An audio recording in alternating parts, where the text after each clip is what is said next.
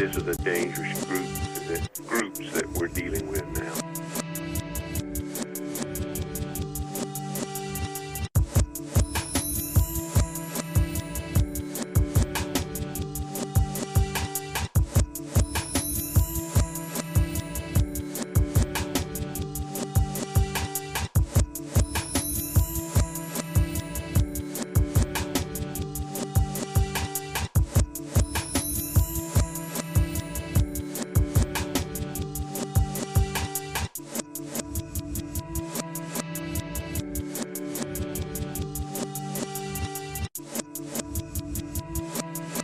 This is a dangerous groups that we're dealing with now.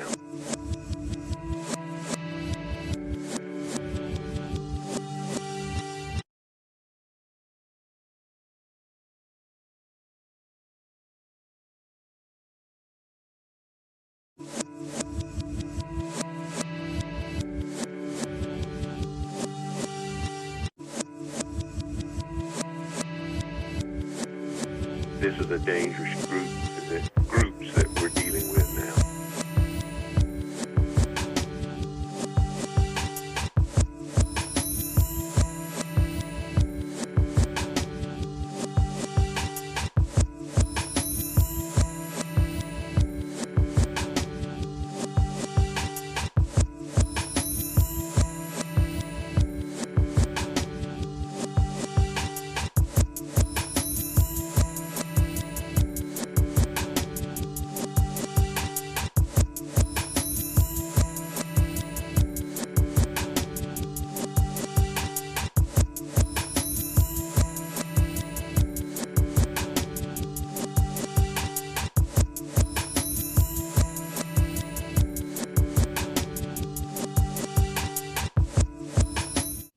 It's a new year. And a new season. 24/7 Buff Pandemonium isn't just a page. It's a family. A passionate group of positive Buffalo football fans who embrace the character and fight of this team. We strive to embody this passion and present a fan-first perspective without all the fluff. Enter the K-Gun Report. Season 2. The first season was exciting for 24/7 Buff Pandemonium. Talking football, connecting with fans, and having quality conversation. This season, we're stepping it up, and we want you all to come be a part of the conversation. On March 9th, 2021, the K-Gun Report is back. Let's go, Buffalo!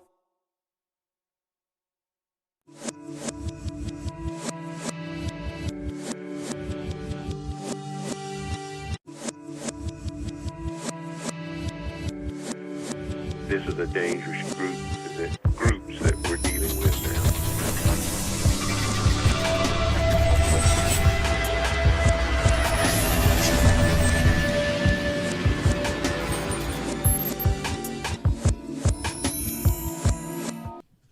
Hey! What's up, Mafia? Scott coming at you from 24/7 Buff Pandemonium. Welcome to the K-Gun Report. This is Season 2, Episode 36. We have a special guest with us today. Our man down there, he's been on the show a couple times from Thomas Takes Sports Podcast, Ryan Thomas. Say hi to the Pandemonium there, Ryan. What's up, Pandemonium? Ryan Thomas here, 24/7 Buff Crew, Scooter, Swank. I am pumped up to be a part of this show. I am honored to join you guys once again. As I joined you guys last time, it was at the Rager. Yes, it was. Regular season Rager. It was a raging time. We had a kick-ass show, and I expect this one to be a kick-ass show as well. Oh, yeah. Cheers, everyone, for joining us. Grab your beer, kick your feet up. Swank, say hi to the family. The family? Hi, Mom. Hi. No. Yo, what's up? Thanks for coming, Mom. Hanging out with us.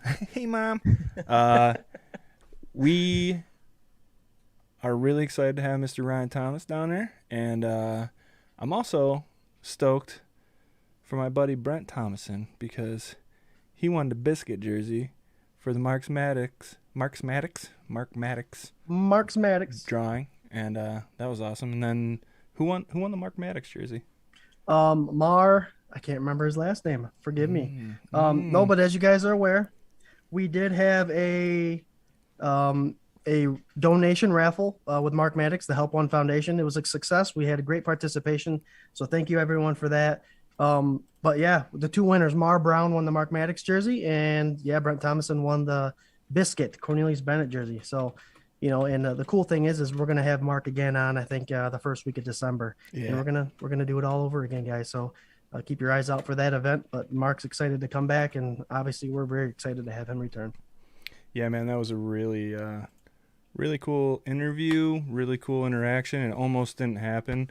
Ryan, I don't know if you checked out that episode or not, but yeah, I did. He was like, we were like, man, it was just like a great learning experience for us because it was supposed to happen. It almost didn't happen. We had pretty much sold it down the river like, okay, hey, we hope he's okay.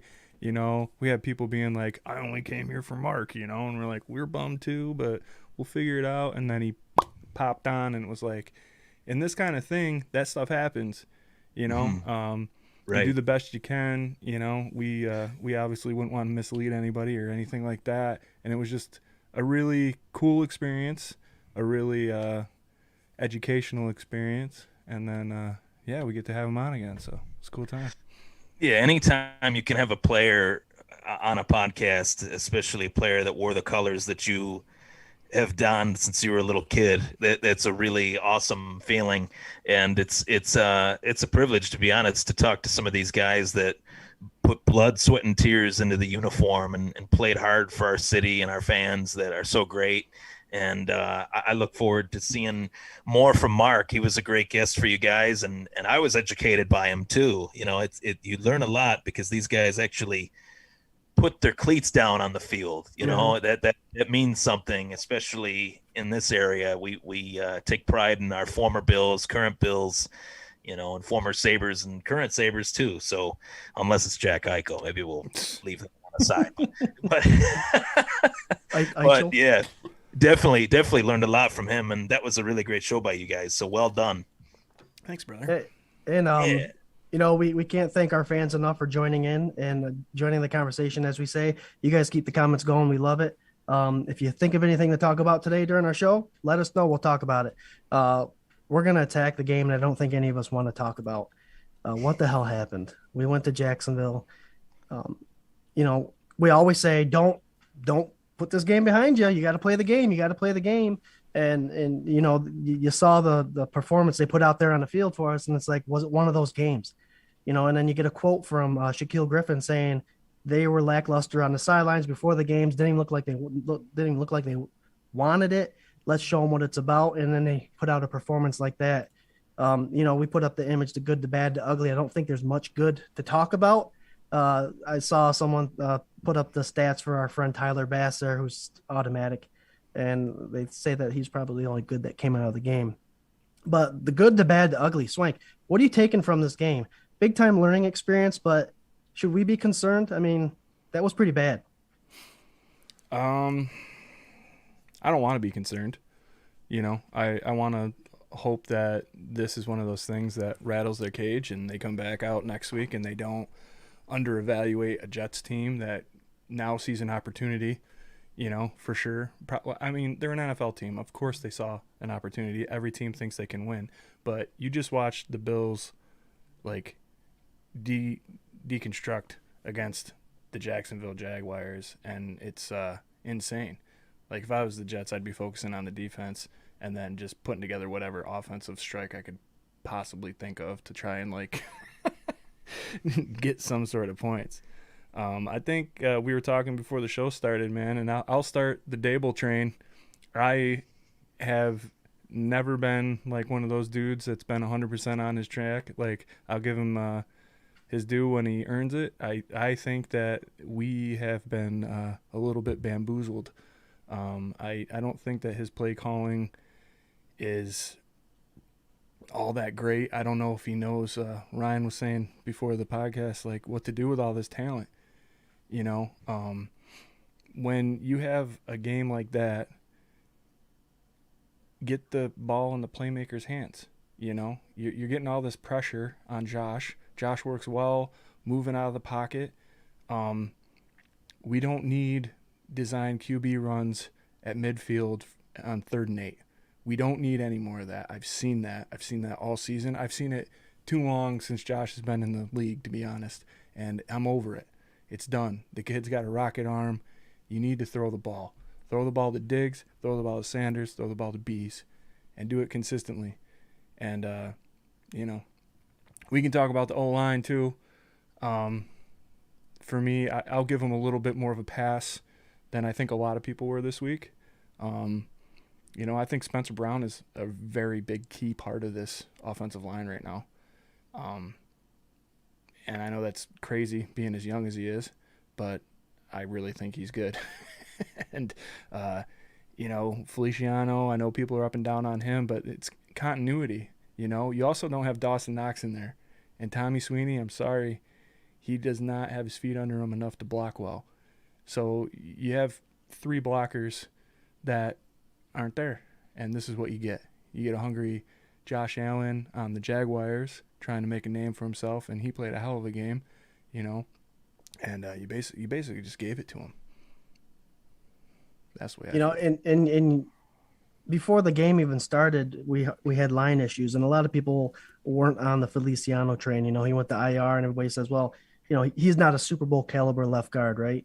And then some people were on the fence with Spencer Brown, and you see a game played like that makes you realize how important they actually might have been on that offensive line. They were struggling. I mean, Dawkins looked like he was on ice skates. I think Ford lost his last opportunity to even prove himself for that offensive line. And, Dable didn't help out the situation by calling the plays he did. Ryan, what's your take on Dable? I mean, we talked about it before, but I know you had some good points about his stats in Alabama and all that stuff, and share with the fans here. Yeah, so as far as this game, and I'll just start off by saying, as far as this game goes, it's easy to react after a game like this because there was a lot to react to. There was just poor play on the offense that we haven't seen in quite a few years, so it was pretty eye-opening and alarming. And I will answer your question. I am concerned after that game. I don't know how you couldn't be concerned after watching the Bills offense just spiral out of control. Frankly, it was almost like they were moving in quicksand the entire game. When they tried to make something happen, when they made a big play, there would be a penalty shortly thereafter that would negate the play or put them back, further. And as far as Dable goes, I mean, look, you have a very good offense with tons of talent on it. Josh Allen, arguably, one of the first articles I've seen in recent memory was on NFL.com talking about, how Josh Allen might be the best athletic quarterback in the league. He's finally getting his due. But the game turned into Allen somewhat playing hero ball because of Brian Dable's play calling and because this offense has zero run game, because Brian Dable has proven not only can he establish a passing game with who we have in previous weeks, didn't do it this Sunday, but in previous weeks, that's what we saw. That's what we saw all last season. What we also saw all last season was one of the worst rushing offenses in the NFL, and that has continued into this season. And in talking to, people that I know that write articles for, college football, Bama and Crimson Tide, and Dable was there, they had Josh Jacobs, they had Bo Scarborough, who was a solid college back, and they couldn't muster up hardly any rushing offense. That's alarming for the simple reason that Bama always has a good offensive line. They always have guys getting drafted in the first, second, third round at the latest as offensive linemen coming out of that university. So if you couldn't establish an offensive rushing game at Bama, he's going to have a very hard time doing it here, and he has had a hard time doing it here. And I think Bills fans love the fact that our offense was such a high-flying offense last year, and it's shown that it could be this year. But you have to be able to be a multifaceted offense, especially if you want to get to the Super Bowl. Every team that has won the Super Bowl these last few years, they got to the dance with what brought them there, the strength of their offense, whether it was Brady and the passing game. But they leaned on playoff Lenny to get them to the Super Bowl. Not that many people want to give that its due. Not that many people remember that, but playoff Lenny was a real factor for the Tampa Bay Buccaneers last year, as well as some of the other running backs they have there, like Ronald Jones. Buffalo's lack of a run game is starting to hurt them. And in particular, playing these opponents that we've played this year that are physical up front, whether it's Pittsburgh, whether it's Tennessee, and I'll even say Jacksonville. To Swank's point, for whatever reason, Jacksonville they were showing up for this game. Credit to them defensively for that. They showed up. Buffalo's offense did not. Buffalo's defense, they did. I can't give Trevor Lawrence, I can't give Jacksonville's offense really any credit for this victory. No. This was a loss that is solely on the offense's shoulders. And the man that manages that offense is not Sean McDermott. It's Brian Dable. So he needs to be, called out. I hate to use that term, but more people should be talking about this, because this isn't a problem that is just a new problem. This is a problem that has happened all season long, even in our victories, and it happened all season long last year. So it's time that we address it, and it's the elephant in the room that nobody really wants to address, but we have to after that game. Well, I don't know if they're afraid to address it because, Dable's got all these potential job opportunities next year and they don't want to ruin his chance to become a head coach. And my question is, if he does become a head coach, are they going to let him call plays? It's like, to go off the Dable conversation, it's like he doesn't know how. We knew Miles Jack and Josh Allen were good outside edge rushers. We knew that. And we knew that the Jaguars were coming in with nothing to lose. So blitz packages was something we were going to see. And for Dable to not be able to prepare for that or even make a halftime adjustment for that is mind-boggling. I talked to you earlier about the screenplays. First of all, I don't think you can run a screenplay unless you have some sort of run game established. And the fact that Jaguars have such a good outside edge, to explain to the fans the difference between a regular outside the tackle screen and a slip screen. When you have an outside the tackle screen, obviously that's delayed a little bit. The offensive line releases, the running back goes to the side, and a good defensive end would see that running back cross the face and go cover him. I can see how that's difficult. We saw that a couple times this week. But Dable doesn't know how to get out of that kind of screenplay. The kind of screen that he needed to throw this game would have been that slip screen where they block and then the running back will slip up the middle and then go to the sidelines. That wasn't even a consideration. The whole slow down the blitz by doing that McKenzie jet sweep thing that Swank loves so much that we haven't seen yet this year. I don't know why that's being hidden. We know they have it in their playbook. Is Dable just trying to not to show people what's too much on the playbook on what they're capable of? I mean, it's getting pretty vanilla, and it's with no run game. They're going to be able to stop Josh Allen, Diggs, Beasley, and Davis and Emmanuel Sanders. Dude, I swear that's what's going on. I swear that, to me, as an outsider who is not an offensive coordinator in the NFL or whatever, I'm just a casual onlooker that happens to help produce and co-host a podcast on the live stream. No big deal. So, to me, it looks like he's being cute, man. That is what I say. I don't know how many times this last Sunday and throughout the last season and throughout his 4 years here. He is being too cute. Like, you can't hold stuff back right now. I don't care if it was the Jaguars or not, dude. You can draw up enough of a game plan to win that game. And it wouldn't even have to be extensive. But to me, after that first half, fine. You want to play the first half like garbage? Fine. You want to call that kind of game? You go into the locker room and you come out, and I want to see something different. When they started firing balls to Stephon Diggs, when he was catching them because he's a star and they were getting first downs and he was flexing on people and you were getting that juice back, ride that hot hand. Ride that. Do something different. I was calling for that jet sweep to Isaiah I don't know how many times in the third and fourth quarter. Do something different. Like, you got to rock this line. You got to rock this defense. You got to change the momentum. You got to do something. And he wasn't. It was all just the same plays over and over. And you cannot be an offensive coordinator in the NFL and do that. Like, I can't believe people are blaming anybody outside of him. You know, that's my point. That's exactly my point. That's what I was referring to when I said I just, not to speak for the fan base, but I can speak for them when I see on Twitter and when I see on Facebook sure, that they're not calling out Dable. They're not They're not saying that Dable was responsible or as responsible as I think he is and as you think he is, Swank, for this loss. I mean, we didn't even need to score a touchdown in this game to win this game. That's the part that just blows my mind. We needed to just get in field goal range with Scooter's automatic Tyler Bass kicking field goals left and right. That's all they needed to do.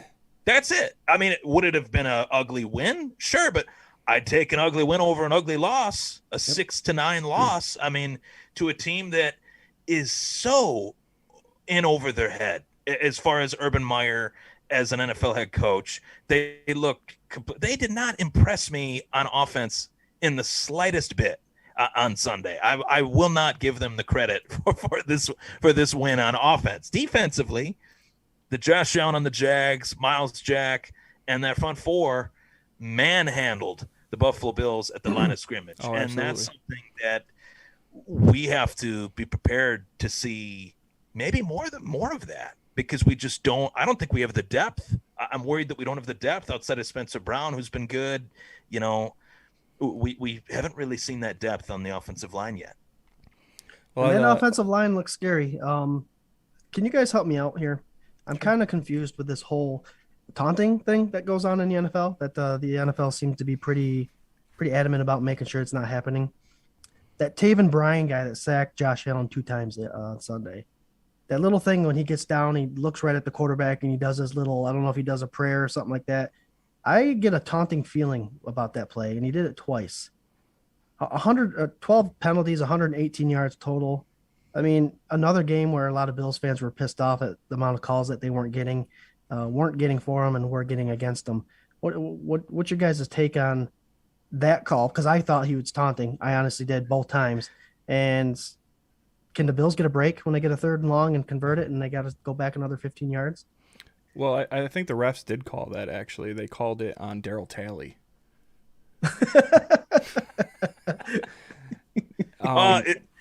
Yeah, go ahead, Ryan. I'm sorry. Oh, no, yeah, not to interrupt you. Yeah. So as far as this goes, I mean, my grandfather used to say this, God rest his soul. He used to say all the time, the refs, when it's a certain game that is like, this was kind of I wouldn't say this was a trap game, but this was a game that we expected to win that we lost, right? We expected to go into it with an easy dub and we lost. But in those types of games, nobody circles the wagons like the Buffalo Bills, whether they win or lose, right? But my grandpa used to say, when games like Sunday would transpire, where these flags are flying, these are penalties that do not get called on the casual daily NFL game. These were penalties that unnecessary roughness on AJ Klein. What was Casper the Ghost, doing the unnecessary roughness? I mean, I'm not really certain where the unnecessary roughness was from AJ Klein. When they showed the replay, it's egregious. It's sickening, and it's what turns fans off from the current NFL. Mm-hmm. It's an exact poster. I could put that game on a poster as to why the NFL has had some issues as far as drawing some fans. They tune out to a game like that, and you feel hopeless. You feel like hopeless. No matter what happens, what's the point? You're going to get a shitty call, and that's going to be it. Right. I couldn't agree more. And it was very frustrating. To be honest, you take the Bills fandom out of it from all of us. We're just watching that game as football fans too, of course, because we love the sport. That was an awful football game. The Bills were awful. Jacksonville's offense wasn't great. Buffalo's offense wasn't great. But the refs making these calls, it was one after another, and some of them had no business being called. And some of them, the Taven Austin unnecessary roughness that they called, both opposite sides of the offense of the Bills and the defense of the Jaguars came out on the field, and then they said, no, wait, we're going to call that on Trey White, give them the ball back. That was terrible. The Mitch Trubisky called it. The guy's in Buffalo still, and they called a penalty on him.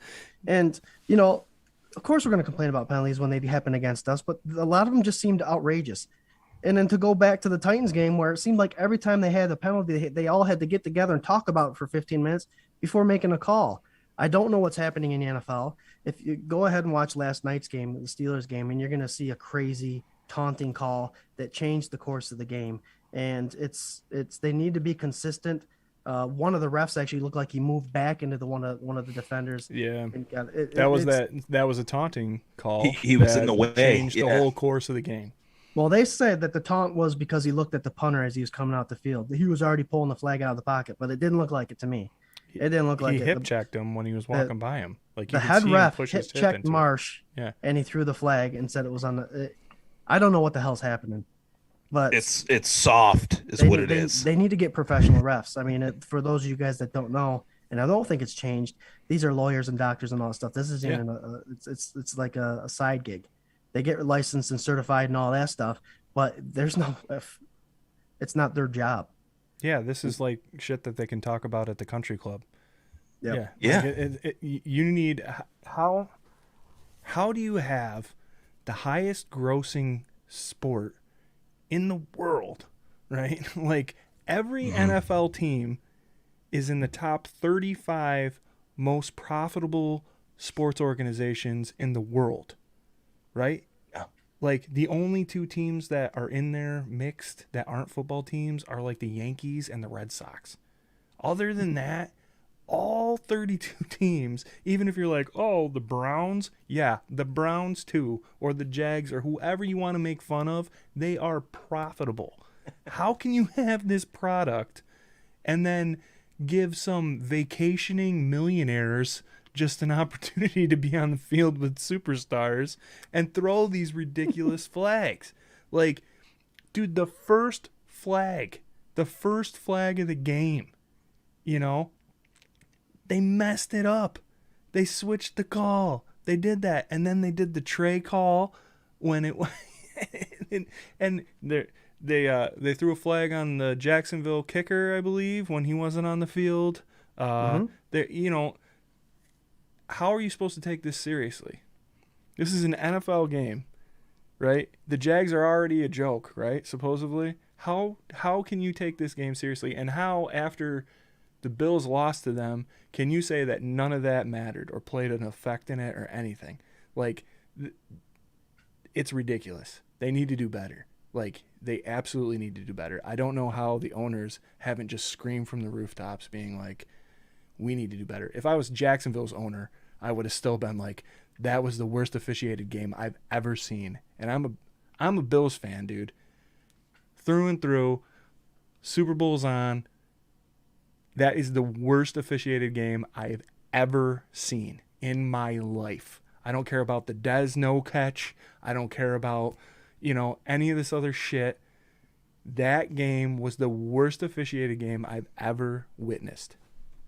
I completely agree, Swank. Worst officiated and just the worst. I mean, the only other game that pops into my head, the only it's the worst game I've ever watched. Like in anything. I watched the Buffalo Sabres have a 2-0 lead in Game 7 of the 2005-2006 Eastern Conference semifinals. They're up 2-0 with injuries galore on their defense. On Carolina, breathing down their necks, they lose the game 4-2, and they go home. This game was worse than that. And that was a playoff game. The playoff games were even better. And in terms of the bad ones, were even this one was even worse than that, is what I'm trying to say. So that Jaguars game, what was the score of the Tyrod drought-breaking Jaguars-Bills game? Was it 6-9? The playoff game? Yeah. Oh, it was 10-6, I think. 10-6. Yeah. They scored a touchdown. I knew it was close. Yeah. Because like the only thing that was getting me off of how horrible the game was towards the end of the fourth quarter was like, this happened 4 years ago. Like, this is the exact thing that happened. It was the same field. The hell same is field going kind of on? game. Same field, same jerseys that we were wearing, and literally, in terms of how they move forward, you gotta be accurate with who to point the finger at. If you're not accurate in that assessment, you're not gonna get better. You're not going to learn from it and change. And I'm just worried, like, as far as how this offense has evolved, it's actually devolved this year in comparison to last year. In certain aspects, there's some weeks where we looked balanced with a little bit of a run game, but this run game is by far the worst in the NFL, and they have to change it. Yep. And now Zach Moss is out with a concussion protocol. Yeah. Right. So now you got Breida coming in, who is a slashy, fast running back, or you bring up one of my favorite guys in Williams. Yeah. I'm rooting for him because I'm a huge fan of him. I'd love to see Breida in there. I'd like to see Breida in there. I think he offered. I like Williams too, but I'd like watch to us see see that slip screen this week if you see Breida in there. You're not The guy gonna is see it. fast. He's got Brian rockets Dable will behind him. never call it. And here's another point. I just want to throw this out there because it was touched on by Swank with Tommy Sweeney. I think Brandon Beane is a genius. I want to start off by saying that. I think he's a phenomenal GM. What he's done with the team has been legendary these last 3-4 years. But we're not in a position to where we need these draft picks necessarily. Like we could have traded one for a Zach Ertz or an Evan Ingram after Knox got hurt, of course, and they kind of just sat on their hands with that. And I was very worried about that. I thought, man, I don't know if that was the right move to let Zach Ertz go to Arizona or to, allow Evan Ingram to stay with the Giants, or, maybe there's another tight end out there that they could have kicked the tires on. But those are the two. Hayden Hurst, yeah, those are the 2 or 3 that really jumped out, and they just didn't even make a move. I mean, after who knows how long Dawson Knox. I mean, they're saying maybe 2-3 more weeks, but we need that presence. The tight end position is very important in this league nowadays, especially when you have the offense like Buffalo has, and Knox was essential for us, and then he goes out, and now we're without him, and now we got Tommy Sweeney back there. No offense to Tommy Sweeney, but no, there's a lot left to be desired there now. There's a huge drop off from Knox to Sweeney athletically, and I think that's hurting this offense too. Well, yeah, you got somebody like Knox. Knox was a good blocker, and now we have issues with the line. We have issues with the line. Jarrod, he's not on the show today, but he did write something for us to talk about potentially. Is the line going to look different this week? Boaker didn't look like he was up fast on his feet. And Ford, I think, lost his job. God, I hope. I wish Ford played the week rated before offensive trade. lineman by Pro Football Focus for the Bills last week. PFF doesn't watch the games. I am not kidding. They don't watch is the real. games. That is 100%. You're serious? You're serious? 100%. That Taven Bryan, the guy that got now. to 2 sacks, the PFF, guy that got the 2 sacks Buffalo against. Bill O lineman was Cody Ford. No. Based on what? I don't know. Fairy dust and. See, there must be golf numbers. The higher you get, the worse. It's got to be what it is. I did say. I did say Brandon Beane's a genius, but that's the one pick that flat out bust. I hate to say it, but Cody Ford is not it. He's not it. Not it. What would you guys think if they brought in our draft pick from last year, Tommy Doyle? I would like to see him play right tackle. Listen, hear me out here. I would like to see some sort of adjustment on the line. We still have 9 games to play before playoff time. And, Spencer Brown, I think, could be an effective. The way Dawkins played this week, I think Spencer Brown can do a just as good enough job at the left tackle. Let's move Tommy Doyle to the right tackle. Let's move Dawkins into left guard. Let's have Darrell Williams play right guard, and then Mitch Morse at center. What would you guys think about that? 9 games, keep in mind, that you have for these tackles to kind of establish themselves. I don't know. I would have my reservations just because I don't think I want to shake anything up any worse than it was last week. I think if we get Spencer Brown back, I will be super happy. I think that aside from the youth and the physical characteristics, he brings a juice to that line. I think that he's no bullshit. I think he's not afraid of anybody. The amount of times he's made fun of superstars that we've played, I love it. I love the chip he's got on his shoulder. I don't know. I think that dude is a home run, and he's a beast, and he's huge. And when he's in the line, just a couple times he's made everybody else around him feel that. It seems like the line play elevates when he's in there. That being said, the back injury, hopefully he comes back this week. I did hear that he was practicing and that Dawson Knox was practicing this week, or expected to practice this week. So maybe get both those guys back. When I tweeted out that little thing after the game, man, I mean, like I said, you got to remember we had 3 starters out of that line. If you're counting Dawson Knox with his blocking abilities, three starters off that offensive line, and that makes a difference. We all know what Cody Ford is. Josh Cook's here. He was asking if he still got a job. Buttiger, I like him, but obviously he doesn't have the reps. He doesn't have the time on task. He's not a starter, or else he'd be in there. So I don't know. Tommy Doyle, why not, man? Throw him in. But the way this team does things, it wouldn't be I don't think they'd throw him to the fire. I think they'd just give him a couple snaps and see what's going on. Yeah, I agree. I think you have to shake things up. You just have to. You can't go into the next week's game with the New York Jets. And one thing the Jets have, that Tennessee has, that Jacksonville was able to show, that Pittsburgh was able to show, is a physical front four, physical front seven. And Robert Saleh prides the team on. The whole team is based off of that. Essentially, they don't really have much talent offensively. And they got some of these guys that I've never even heard of making plays left and right in the game against Tennessee, in the game against Cincinnati for the Jets. So for me, I wrote this down because I knew that this would be a talking point, and I liked the question. What would be like my breakdown of the offensive line that I'd like to see? I think Dawkins at left tackle is going to stay because he's just played there and he's got the reps. And I think Dawkins has been sapped by COVID. He had COVID in August, and he just hasn't been able to get back, I think, into the playing shape that he needs to be in to play that position and what that position demands.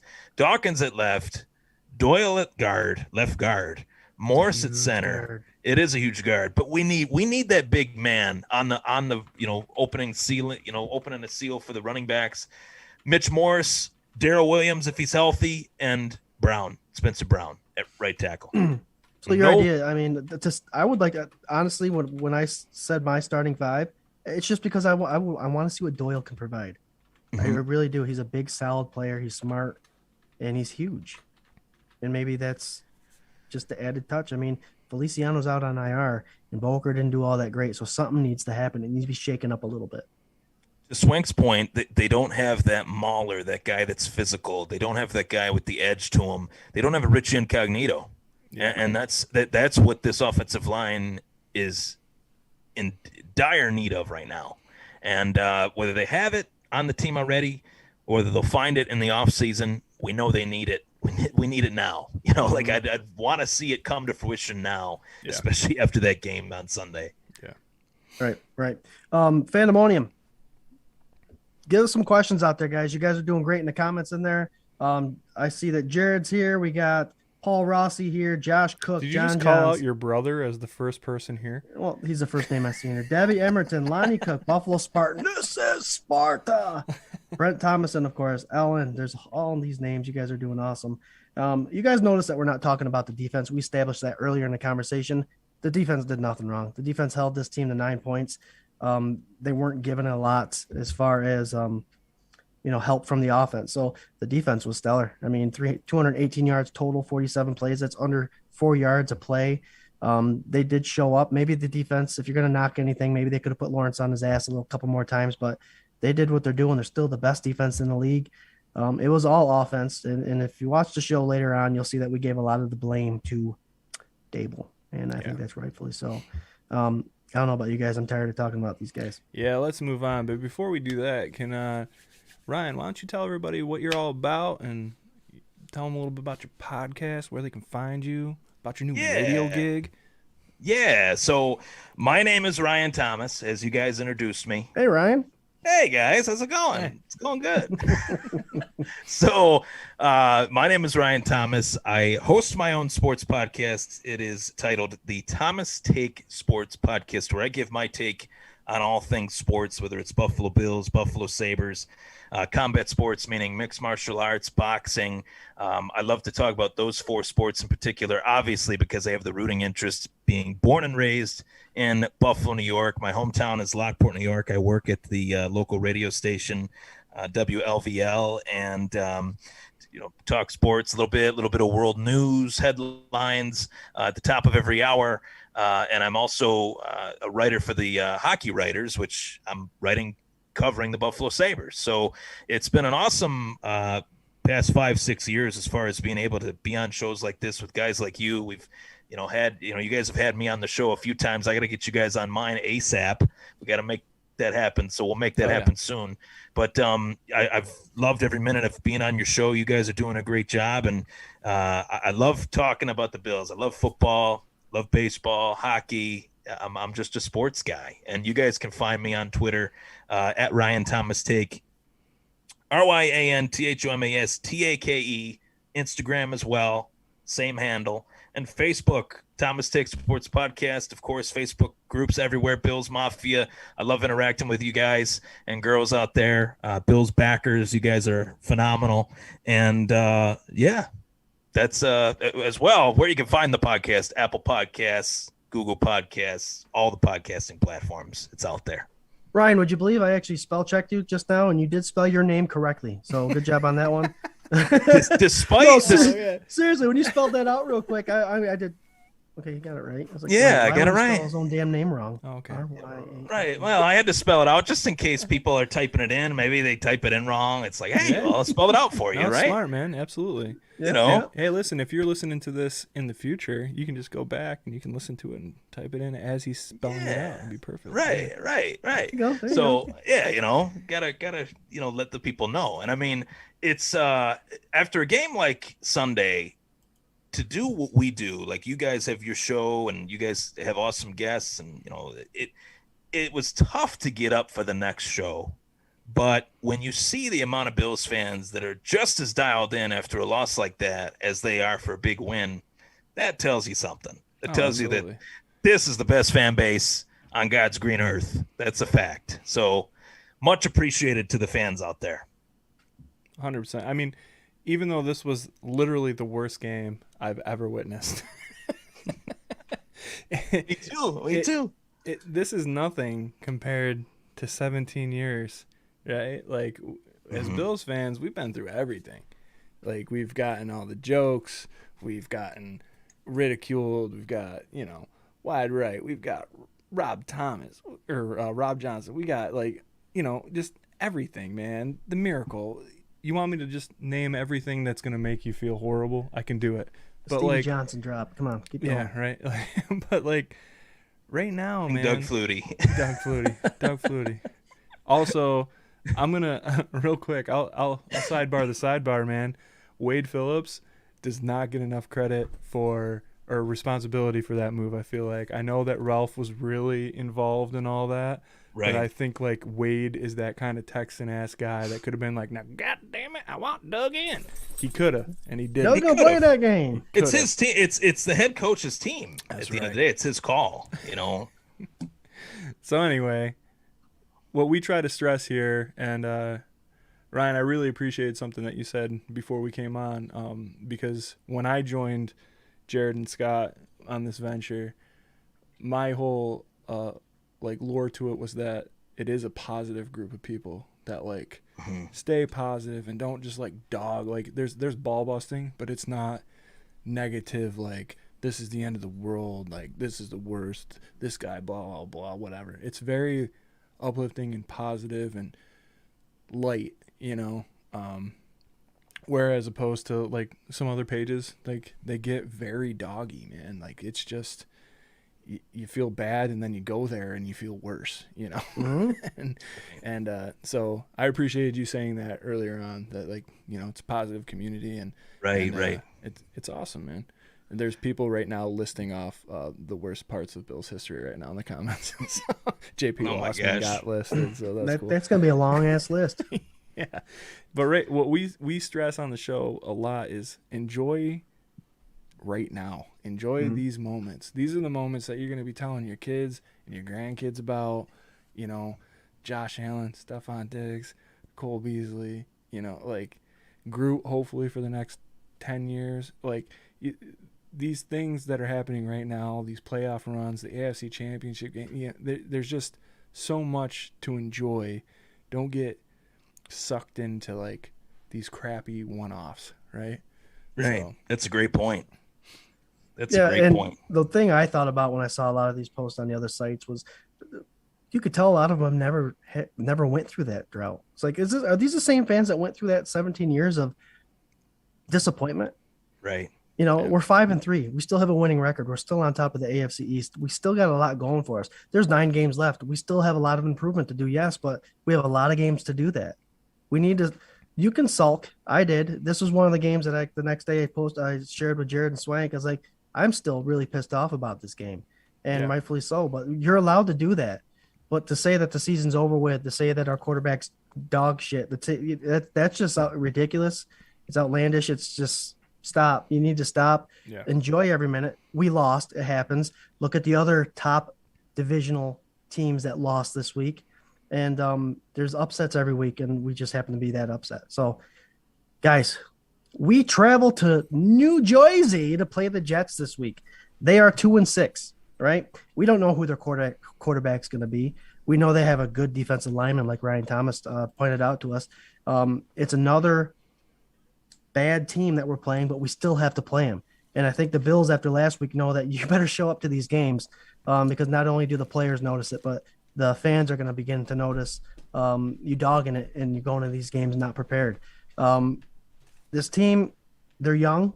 They make a lot of mistakes. They got a new coach. They got a great defense, not a great defense, but any defense that has a defensive line that they do. And with CJ Mosley back there, that guy is a veteran. He's always causing problems on the defense. And after what we saw with our offense this past week, you better show up because this defense is not going to lay down for you either. We like to do, the bold prediction, X factor, all that stuff. But you want to talk about the Jets. Josh Johnson was our starter last week. Zach Wilson's a rookie quarterback that hasn't played in a while. And that what's his name? Mike White. Mike White. Yep. I don't think Jets fans know the quarterback's name. He might be playing this week, and he looked really good. 400 plus passing yards and a win against, I think they played Cincinnati when they got that win, correct? Yes. Yep. Yeah. It was probably one of the biggest upsets of the season thus far, right? Right. And the guy, he's got a talented wide receiver crew. He's got Crowder. He's got Mims. He's got Corey Davis potentially could be playing. I mean, they've got a talented team, a rookie running back and Michael Carter, who's a guy that I wanted the Bills potentially get in the second round this past year. They've got talent. They do. And it's a team that, like I said, you're not going to lay down for. You cannot do that. You better show up this week. Ryan, what are you expecting this week, this Sunday? After what happened last week, 1:00 against the Jets, what are you expecting the Bills to do? Well, I took a shot at Urban Meyer by saying that he's in way over his head. I don't think Robert Saleh is in over his head at all. I think Robert Saleh is actually, finally, the New York Jets have a fundamentally sound head coach, especially upstairs. Rex Ryan was like the Joker. Todd Bowles didn't really work out. He was too conservative. Adam Gase, do I even have to say anything after saying Adam Gase? Clown college.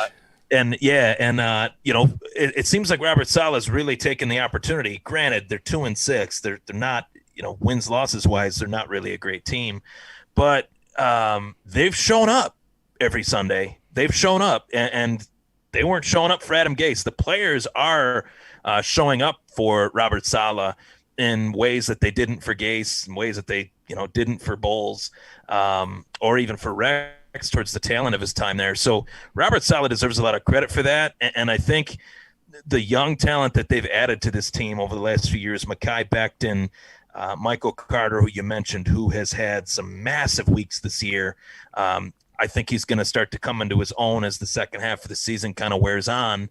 But this is a game that it's the perfect opponent, the perfect moment for the Buffalo Bills, because based on what happened last week, they can't fall into the pitfalls of playing a team that is in a rebuild transition and just showing up and thinking what we have is good enough, because it isn't. Jacksonville actually taught us a very, very important lesson that just showing up is not enough. Just showing up is not going to do it. We have to get it done and put the ball in your playmakers' hands. This game is a tough game. It's gritty. It's X's and O's, strategy, all that stuff. But at the end of the day, you have to get the ball in your playmakers' hands. For Stephon Diggs, an all-pro wide receiver, to have one target in the second half against the Jacksonville Jaguars in a 9-6 loss is pathetic. It's frustrating, and it should never happen again. Stephon Diggs needs to be fed. I think the Bills have to go back to Allen and Diggs creating that chemistry again that they had last year. We haven't really seen that in the way we did last year this year, and I think this Jets team is the perfect team to do it against. I said that their front four is great, but their secondary leaves a lot to be desired. So that's where this team can take advantage of this matchup. I agree 100%, man. You know, the Diggs thing, the guy is known for his patterns, the ability to run every pattern in the book, and he runs them effectively. So it's not like he's got 3 or 4 great patterns underneath his belt where, you know, if the defense takes it away, then he's taken away. The guy runs slants. He runs deep posts. He runs post corners, outs, digs, drags. He runs them all effectively. So you need to figure out what defense you're playing, Dable, and you need to start picking plays where you can get the ball to Stephon Diggs. At least one-to-one matchup. One-to-one matchup. You need to find them. And you're right, that one target last week, that is absurd. You should not be doing that. And again, a game where we didn't have to score a touchdown, you're still only throwing him the ball once in the second half. It's terrible. Get him over the middle of the field too. If the middle of the field's open, take it. And he can run those jet sweeps. Damn. Right. Swank, Right. Listen, tell us what should we do against the Jets here? I think, to go on what you guys are saying, throw the ball to Diggs if he's double covered. I don't care. He is a superstar. He wants the ball. You know, like, you got to give him his shots. I think what's been happening all season is that teams are trying to take him out of the equation, right? I was so pissed with the Miami game that they didn't go after Xavier Howard more. Like, when Diggs was out there, man, like, he's shown that he can pull a ball out of the air and turn his head before he hits the turf talking shit to Xavier Howard. You know, do it. That's what he wants. That's what he craves. That's where he shines. And he is the kind of guy, again, last week when he made that catch across and he was shaking his shoulders and talking his game, it was like, that's what can fuel an offense to go. You know, a whole team. He gets a whole team fired up. So, yeah, I mean, we need to stop playing like we're not that team. We are that team. Give the playmakers their shots, and you have a ton of them to choose from. So just do it, you know. I think Salah is I've always liked him. Like I think you know, his passion as like the emotional guy on 24/7 Buff Fandemonium. Like I appreciate that. I appreciate the fire. I appreciate how much he puts into the game. I think their record, like, everybody expected it doesn't matter. He gets a free pass this year. If you get a couple key wins, like, and you build something and you're going in a direction, A, people are going to want to play for you. B, the players are going to buy into like what you're building. Like, there's a lot of good that comes from that. I think he's a good coach, and I think he'll probably be there for a while. That being said, they don't have it right now, and this is a team that we should go in and blow up, like 100% blow up. Whether it's a rookie quarterback, a backup quarterback, the defense should be dominant as they have been all season, and the offense should put up a ton of points. Like, that's what they need to do to bounce back from this embarrassment in Jacksonville, is come in and handle business. I like it. Swank, Ryan, they're 2 wins against the Titans and the Bengals. Yeah. Mm-hmm. So if you want to look at those teams for Salah to say, man, they're the Giants. Like, if you want to have some things on your schedule, knowing as a brand new head coach going in and saying, you know, it'd be cool to win some of these tough games. It's going to be a rough road, 17 games. It's a long journey. Beat some top teams. They've already done it twice, so they have the capabilities to do it. For me, I think this is a game where if you're going to get the confidence back in our offensive line, this is going to be the game to do it. I know the Jets right now, the run defense is ranked 24. And I know we talk week in and week out about we need to establish the run game. Guys, it's not just the fact that we need a 100-yard rusher. We need something to be able to spell to make these screens more effective. We need some pressure taken off these blitzing linebackers because they know that Josh Allen's throwing the ball. They don't have to worry about the play action and RPO because he's not giving the ball to the running backs. 24th ranked run defense for the Jets, the 22nd ranked pass defense for the Jets. This is a game where the offense can definitely for sure get their confidence back. We know what our defense has. We know our defense doesn't matter who the quarterback is, a rookie quarterback, Josh Johnson or Mike White or Smith or whatever his name is. We know we can handle that. This is a game where our offense, our Buffalo Bills offense, Josh Allen, I can name them all. They need to make a statement. And unfortunately, after last week, the statement might not be enough. It's going to have to happen for the next couple of weeks. We could beat up on the Jets. The fans are all going to be like, well, it was just the Jets. They just need something under their belt to say, okay, let's get back on a roll. Yeah, I agree. And I think, too, we talked about Allen and a lot of the unfair criticism. I touched on it. I mean, Allen was in quicksand the entire day, and he's the type of player that if we don't know this by now, you guys will agree with this. I know you will. If we don't know by now that Josh Allen is a live by the sword, die by the sword quarterback, I don't know what to tell you, because there's weeks where Josh Allen makes these plays out of nowhere that no one can make, and no one thinks then when he makes them, oh, why would he even attempt to do that? But when he tries to make the plays and attempts to do something and it doesn't work, then fans are like, why?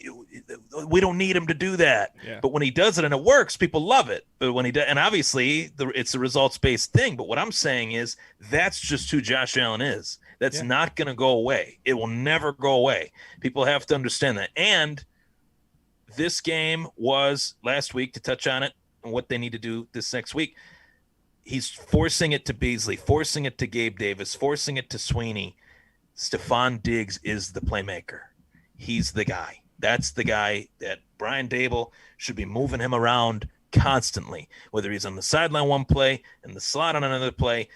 Hell, he could line up in the backfield and hand him a toss. If you want to get a run game going, try something different, right? Yeah. Try something different. I don't know. I'm not saying that they'll do that or that they should do that, but hey, why not at this point? We're not looking for a 100-yard rusher, as Scooter said. We're looking for a 50-yard rusher. Mm-hmm. We can't even get that. Yeah. So we got to find a way to do it. And I think unless it's Josh Allen. Unless it's Josh Allen, of course, right? And there's Swank. You hit the nail on the head. If I see a Josh Allen draw on 3rd and 8, dude, man, I'm over it. I'm over it. It doesn't work. I almost dropped a huge F-bomb right there, and it would have been warranted. It doesn't work. Stop it. Let him. If you want him to run, let him improvise. Let him move the pocket. That's where he's the most productive. The stats will show it. The tape shows it. Everything. Like when he can do his thing, that little God, was it the Indy game, the Indy playoff game where he was going to take it in the end zone, then he backed off, and then he was falling, and he threw it to Dawson Knox. Mm-hmm. Dable didn't draw that up. I'm sorry, 24/7. If you think that he did, he didn't. That was Josh Allen thinking on his feet, doing what he had to do. And these are the things that make him so special. And I really think I was going to say earlier on, last week with Miami, or 2 weeks ago with Miami, when Josh was frustrated on the sidelines and you can see him yelling and doing things. I really think it was because of the play calling. I really think it was because of the play calls. Because I know Jacksonville was this bomb where people are like, oh my God, what the hell is happening? Go back to Miami in the first half of that game and put yourself back there. It was the same story, the same exact story. Everything was going wrong. They were doing these stupid plays.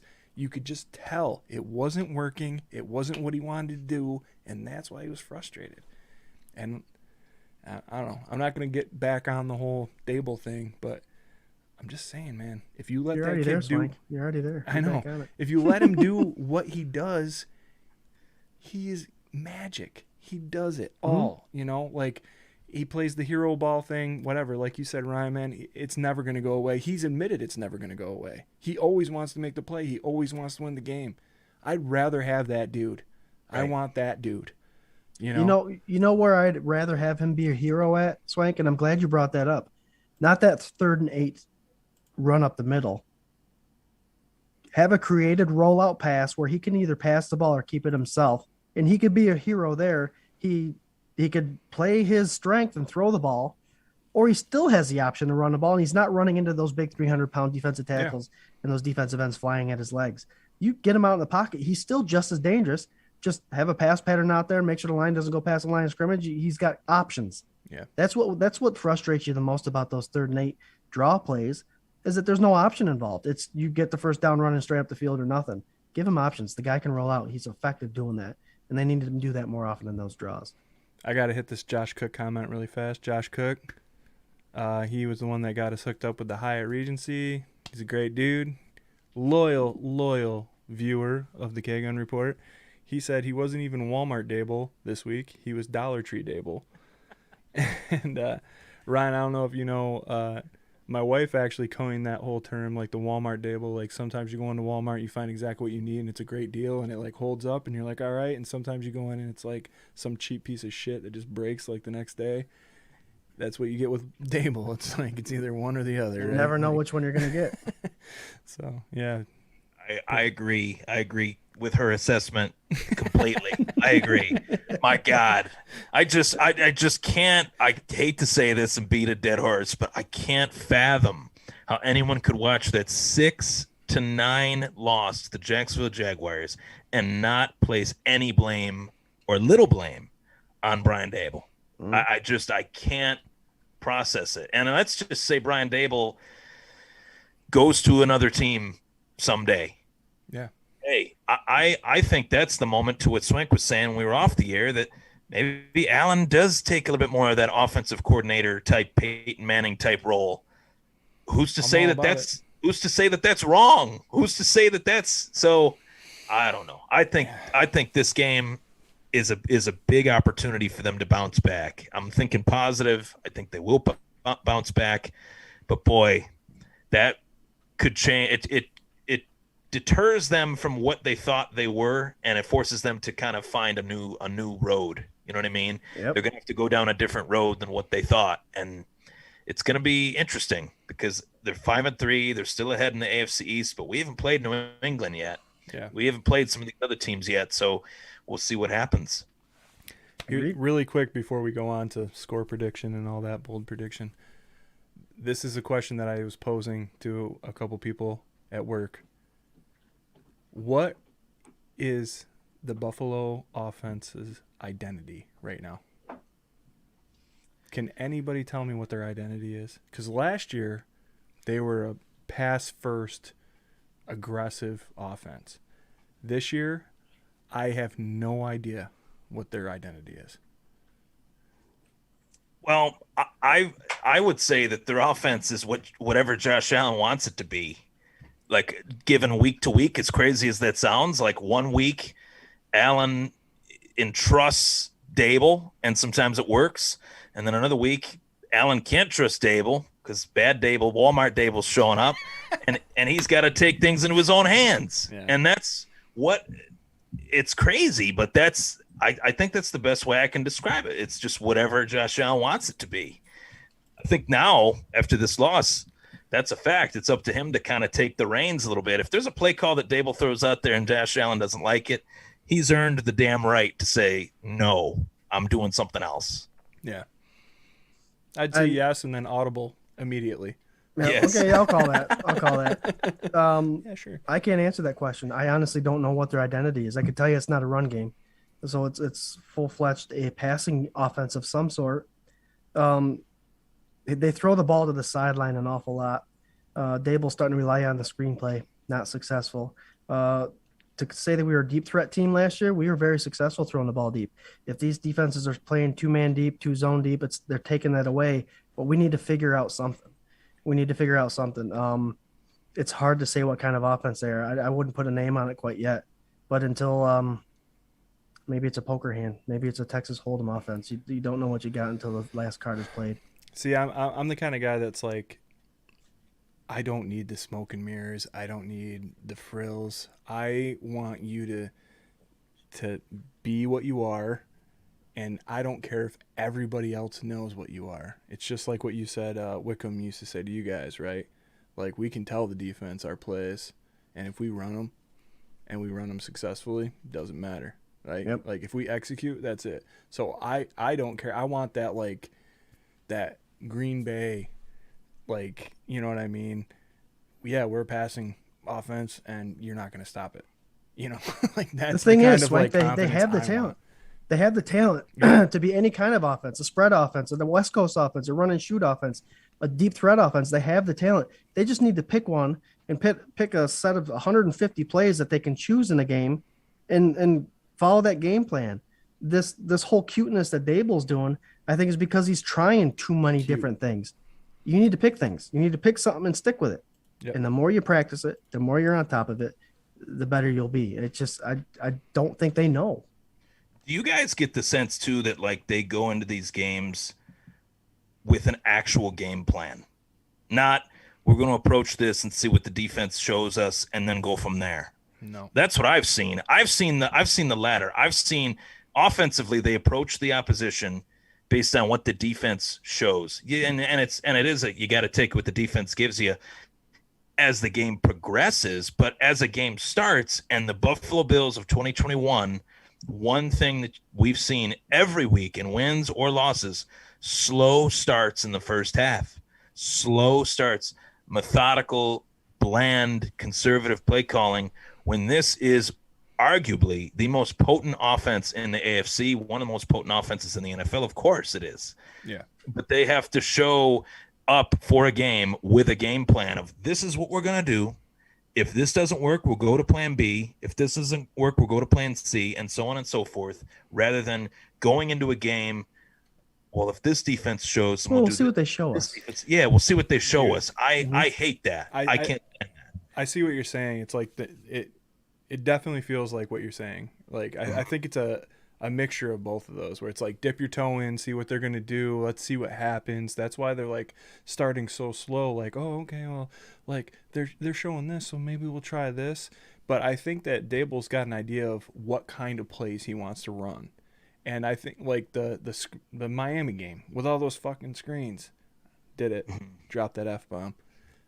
Like, dude, he wanted to run screens.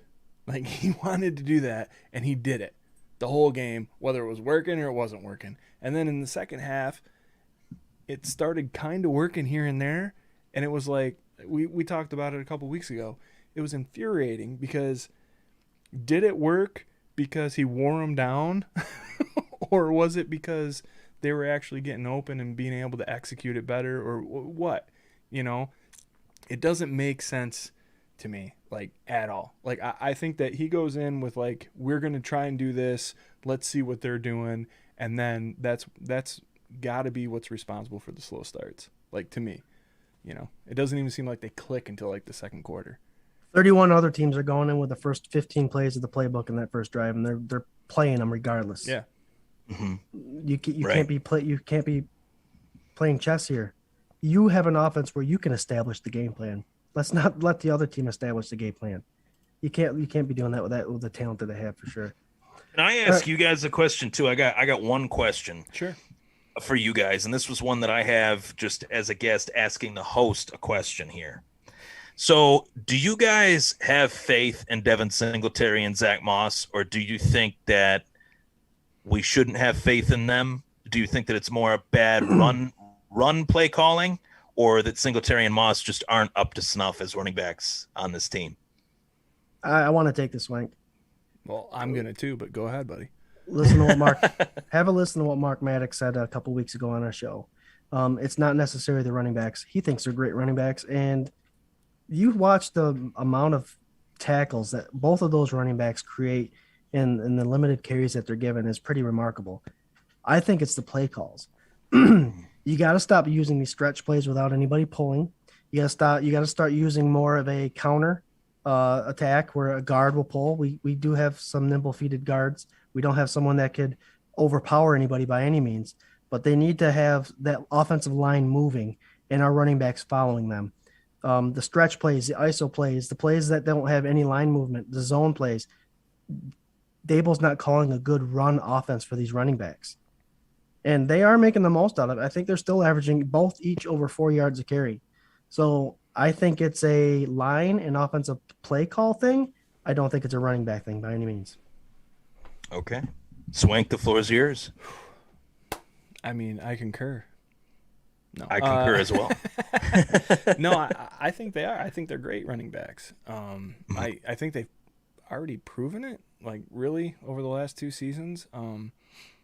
If you're just looking at stats alone, like yards per attempt, that kind of thing, I do get frustrated again with personnel choice and play calls.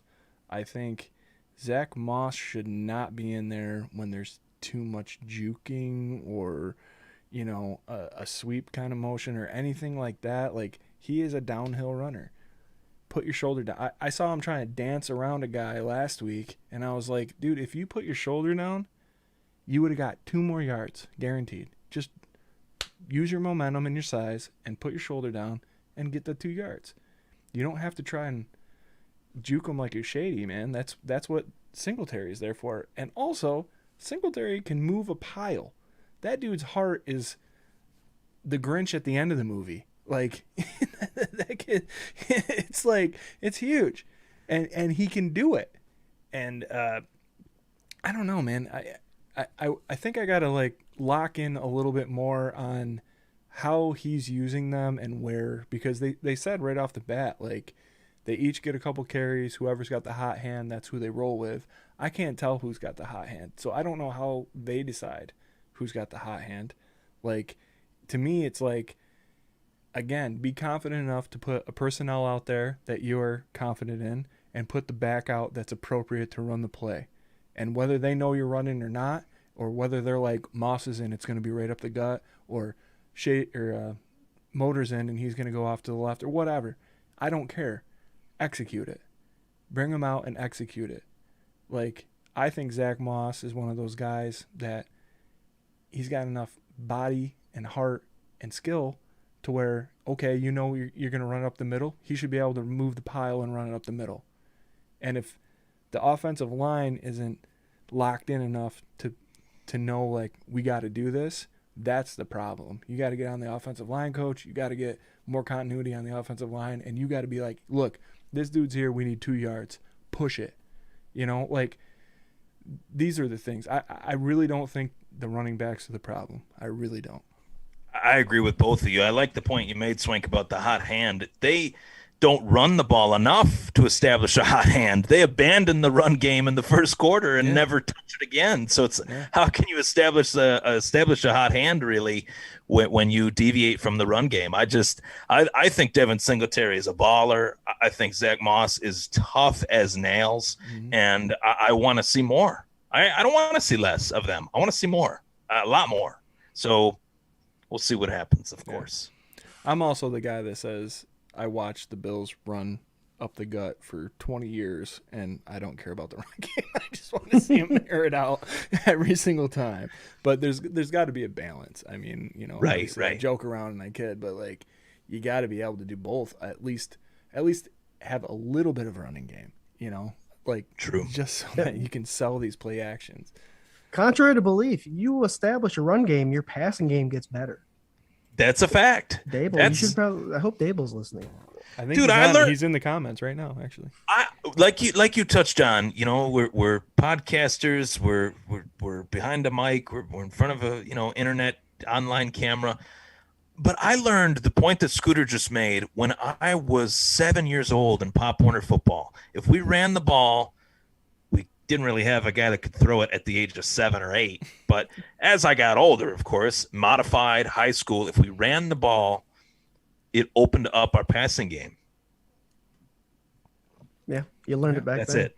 I learned it then. That's it. That's it. That's a dig right there enough at the ball. Yeah, right. If 7, 8, 9, 10-year-olds know it, then why don't you? Again, like Swank said, he's just trying to be too cute. Too cute. Well, I think that the thing that's the most frustrating about it is, like, he is heralded as the genius, right? And like the savior. And to me, if you're looking at the team right now and you had to, like, make a flow chart of, like, who saved the Bills, right? Like, from whatever horrible thing that you're thinking, the move, or when Ralph passed away, and like all this stuff, like I would start to go like Pagulas, and then I would go right to Sean McDermott and Brandon Bean, and then I would go to Josh Allen, you know. And Dable is like nowhere to be found on this list to me until way down the line. But like you got like a good 5-6 guys in front of him before you're like actually thinking like, well, and he probably had something to do with it, and he does. And I'm not trying to discount him as like a coordinator completely, but I'm saying cute. He's too damn cute. That's it. Number one on my savior ranking is Sean McDermott. 100%. It's got to be. 100%. It's just got to be more than the Pagulas. I hate to say that. That's true because they picked the wrong guy at the beginning. They picked Rex Ryan. We can't forget that. Yeah, that's true. You can put as many guys. You can put as many guys in that locker room as you want. But if you don't have the guy in the locker room that brings it all together, the head coach, and he's the one that's creating that culture. We talk about culture all the time. The one that actually creates the culture and implements it and all that stuff is the head coach. He's the one at practice telling people, listen, you're out, you're in, blah, blah, blah. He's making those decisions. Like I said, he may play a little part in bringing these guys in a draft and free agency, but the guy that's in the locker room with these guys is the head coach, and he is the guy that's making the difference. He's fantastic. He is I awesome. love him. I love him. Man, if I met him in person, I'd give him a hug. Oh, absolutely.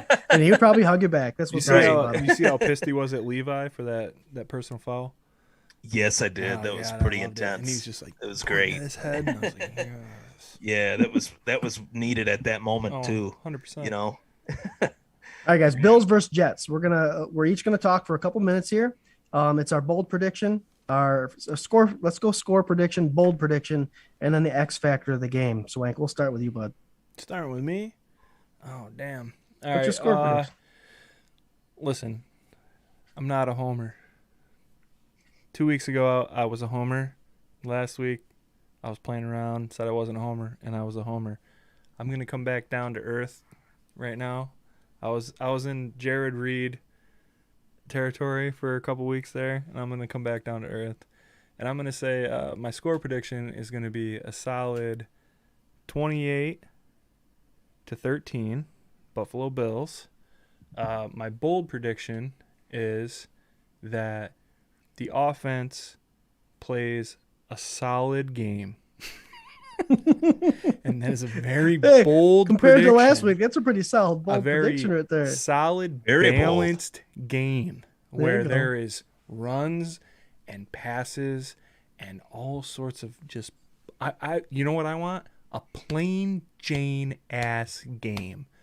I want Josh to be responsible for 2 of those touchdowns through the air, and I want a rushing touchdown. Maybe we'll see what happens. You know, maybe the defense. Who knows? Whatever.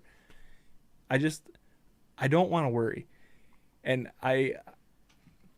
this is the thing I think about Bills fans that are old enough, or what. It doesn't even matter if you're old enough or not.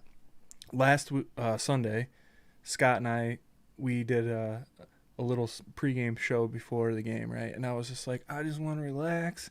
I just want to watch the game. I don't want to worry. Everybody enjoy. And I am not really that guy. Usually I'm the guy that's like, don't take anything for granted, man. You got to be in every game, like whatever. And I was just kind of like, I got this new computer. I'm just like, everybody's going to be fine. We have a couple beers. It'll be fine. And man, don't do that. Don't do that. Like go in with a focus. Know that anything is possible. So yeah, my bold prediction is just a solid offensive showing, and the X factor for me is that, God, I don't want to do it again, but I'm gonna do it again, man. AJ Epinesa is gonna have 2 sacks this game, because one of these goddamn weeks he's gonna show out so much that nobody's going to be able to look him over anymore. So, 2 sacks, AJ Epinesa. What are you thinking, Ryan? Man, I think this game is going to get the Bills back to Allen and Diggs. I think we're Like going to that. see that dynamic duo get back on track. I think Allen, listening to Allen after the game, talk about how crucial it is to have Stephon Diggs as a focal point of that offense and getting back to that, how they've deviated away from that. They can't put a finger on it as to why, and I think they need to really get back to focusing on that, and I think they will. I think Stephon Diggs is going to have an 8 to 10 catch day, $150, maybe even 2 receiving touchdowns, and I anticipate Josh Allen having, to what Swank said, such a good game, but like a plain game where he just gets back to the basics of what makes him great. Mhm. And I think this Buffalo Bills defense actually is going to make the Jets offense look really, really bad. As far as the secondary, Trey White, Micah Hyde, maybe a pick each. And, a guy that I don't think is getting enough credit on this defense, and probably what was, I thought, his best game as a pro, and that says a lot. But Ed Oliver is looking very good. And I think he's going to continue to look good in this game against the Jets. That's my take on it. Oh, well, he's Absolutely. going against a rookie guard at Vera Tucker. Right. So I mean, he's got that line is pretty young, so he's going to have he could for sure have a game. Um, going for the homer thing, I'm kind of bringing it back down to reality. I'm going 24-10. I'm not giving the Bills the 30 mark this week. Too many times we're reaching for that high score. I think it's because of the playing game. My bold prediction, something we haven't seen, is a deep ball. I'm going 2+ 50-yard plays. 2+ 50-yard plays. Doesn't matter who to, but I think Josh Allen's finally going to let that arm loose a little bit. My X factor for the game, I think it's redemption time for the offensive line. They are playing another tough defensive line, as we established earlier. What's his name? Quinnen Williams has 4.5 sacks, and Franklin Myers on the other side of defensive end has 4 sacks. So they are bringing a little bit of pressure. And with Mosley playing at linebacker, it could be a tough defense they're playing against, defensive front 7. So it's a redemption game for that offensive line. Nothing spectacular, but maybe not having Josh Allen on his back at all this game would be my X factor with that offensive line. That'd be something I'm hoping for. Scooter, did I actually forget to give a score prediction, or did I? I don't know. I don't think you I did. think you Give said it- 60 Yeah. to 3, Okay. actually. Okay. Yeah. I'll say I will put a 31 points up on the board for the Ooh, Bills. All right, there you go. There you go. 31-17. All right. Yep. And that 17 is like a garbage time. I think it could be like 24-7, 28, in that range for the majority of the game. And then the Jets put up like a 10 spot late. There you go. I like that. Yep. Jeremy Blair, 33-10.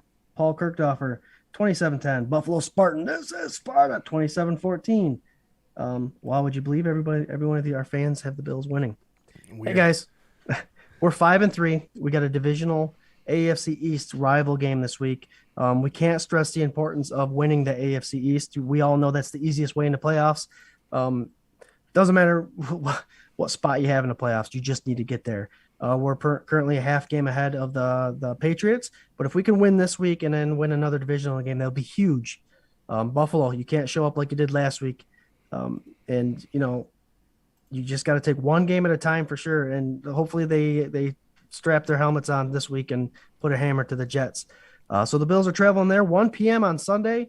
Real quick, Swank and Ryan, we'd like to do a final thought. Go ahead, Swank. You lead us off with a final thought, my friend. Let's wash our hands of last week, man. I mean, it's a week-to-week league. You gotta conjure up them positive vibes that we've had for like the last couple of years, and they'll figure it out. I'm really hoping that my prediction is wrong and they just blow them out. Like, I really want that.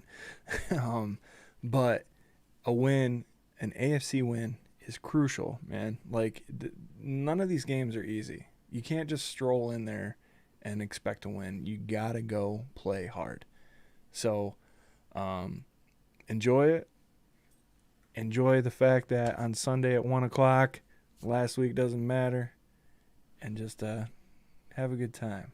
And if you want to have a good time every Tuesday night, you can do that from 8 p.m. to 9 p.m. ish on 24/7 Buff Pandemonium's The K-Gun Report. We're live on Facebook Live.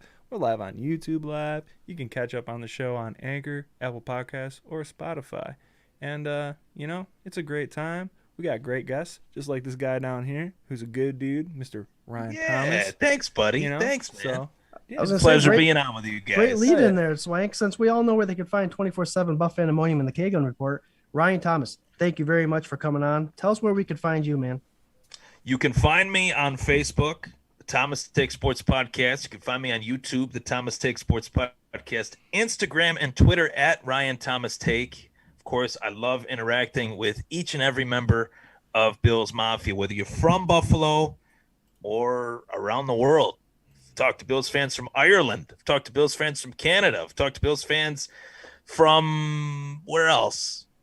A lot of places. So Phelps, I really dude. appreciate. Yeah, I appreciate it. Yeah, the fan base is for real. It's safe to say. So I appreciate you guys having me on again. It's always a pleasure chatting Bills football with you guys. You guys are diehard fans, covering the team every week with the show. I love it. Keep up the great work, of course. And I'll get you guys on the show when we can make that happen. Usually I record my show on Wednesdays. So if you guys that are looking to tune into it, it's Wednesdays on my Facebook, my YouTube channel, the Thomas Take Sports Podcast. I got a lot of really good stuff coming out. If you're a football fan, of course. If you're a Sabres hockey fan, of course. Combat sports, too. UFC fans out there, boxing fans out there. There's a lot to discuss with those sports in particular. Awesome fights last Saturday. I haven't even recapped them yet, so that's something that's coming tomorrow. So stay tuned for that. Yeah. So, So final thoughts, right? What's my final thoughts, right? Yeah. That's the final thought. The next final thought. The final thought. Part two. Part two is okay. So my final thoughts are this. Okay. We touched on this earlier, and I'm glad we did, but we went 17 damn years without seeing the Buffalo Bills in a playoff game. We have the coach in Sean McDermott. We have the GM in Brandon Beane. We have the owners in Terry and Kim Pagula that have invested in the community, kept the team here, purchased the team from Ralph Wilson's family in 2014. And ever since, we've been on this journey since they hired McDermott that has brought us Allen, Trey White, Jermaine Edmonds. We are living in an awesome era of Buffalo Bills football. We are living in a very awesome time. As Swank said earlier, you can talk to your kid about this in the future. You can talk to your kid's friends in the future about, I remember when they traded up and drafted Josh Allen. Mm-hmm. Josh Allen is the future, the present, and the future of the Buffalo Bills. I said that when they drafted him. I'm doubling down on that statement and saying Josh Allen is the present and future of the NFL. More often than not, you're going to see teams draft quarterbacks similar to Josh Allen. We already have seen it. So for Bills fans that are feeling a little bit frustrated with Allen's performance in this game, I remind you once again, there are very few leading candidates for MVP not named Josh Allen. Yeah. So I think he's going to get back on the horse this week. I think he's going to really show up and show out against the Jets. I have high expectations for Allen the rest of the year. And if Allen is playing good, chances are the Bills are playing good. Mm-hmm. So we'll move on from Jacksonville, take on the Jets, AFC East opponent, get back to brass tacks, and get that W. Yep. Hell yeah. Yep. That's what I wanted to preach in my final thought, man, is have a short memory. We'll move on. There's 9 more games left, guys. There's still more than half the season remaining. And, teams are still trying to figure out themselves. And we've got a good foundation. We just need to figure it out. There'll be moves that need to be made. They will be made. And enjoy the ride. We got the Jets this week, an AFC East rivalry game. Let's win the AFC East. But my final thoughts want to be, hey, Fandemonium, you guys kicked ass today again. The comments were coming in like crazy. I'm sorry we didn't get to them as often as we did, but the conversation was pretty intense after that kind of loss that we had to go through. Yeah. But, we had to exit some. We had to vent. Yeah, there's a lot we had to get off our chest. We vented. But Swank, thank you, my friend, and Ryan Thomas, obviously from Ryan Thomas Sports Podcast, Thomas Take Sports Podcast. Love having you on, man. I look forward to future endeavors with one another. Oh, and, yes. Guys, prepare for this week. The Bills are. Let's enjoy the ride. Can't wait to see you next week. Go Bills. Go Bills. Go